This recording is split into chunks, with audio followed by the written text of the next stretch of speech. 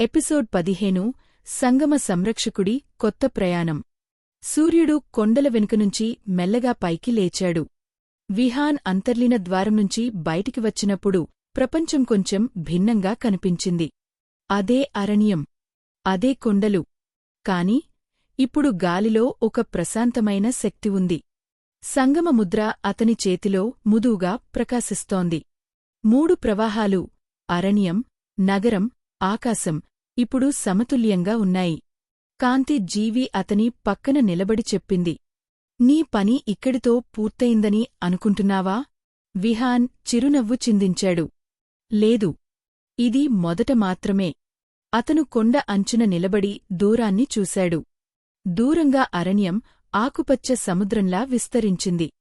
ఇంకా దూరంగా నగర గోపురాలు సూర్యకాంతిలో మెరిశాయి. అప్పుడే గాలిలో ఒక కొత్త మార్పు జరిగింది.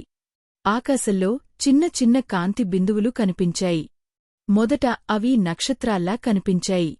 కాని అవి నెమ్మదిగా కదులుతున్నాయి. విహాన్ ఆశ్చర్యంగా చూశాడు.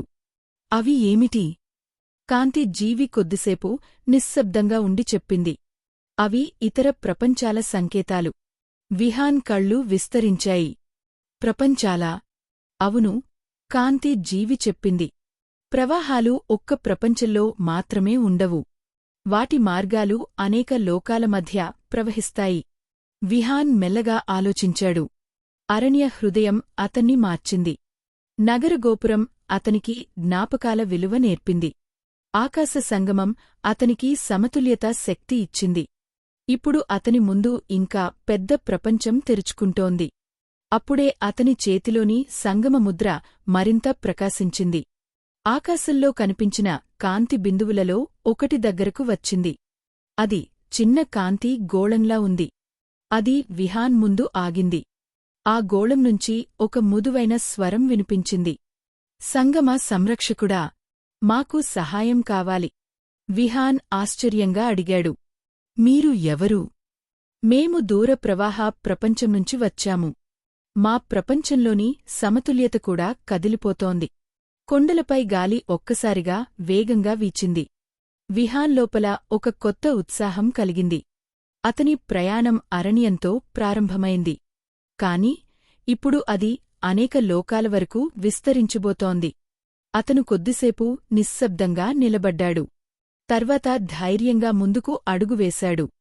నేను వస్తాను అని చెప్పాడు. కాంతి జీవి చిరునవ్వు చిందించింది. నువ్వు ఇప్పుడు ఒక ప్రపంచానికి మాత్రమే కాదు, ప్రవాహాలకు సంరక్షకుడివి. ఆకాశంలో కాంతిగోళం ఒక మార్గంలా విస్తరించింది. అది ఒక ప్రకాశవంతమైన ద్వారంలాగా మారింది.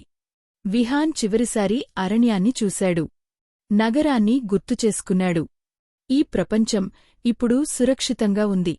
అతను ఆ కాంతి ద్వారం వైపు నడిచాడు. ఒక కొత్త లోకం, కొత్త రహస్యాలు, కొత్త సాహసాలు అతన్ని ఎదురుచూస్తున్నాయి. సంగమ కథ ఇక్కడ ముగియదు. ఇది ఒక కొత్త ప్రారంభం.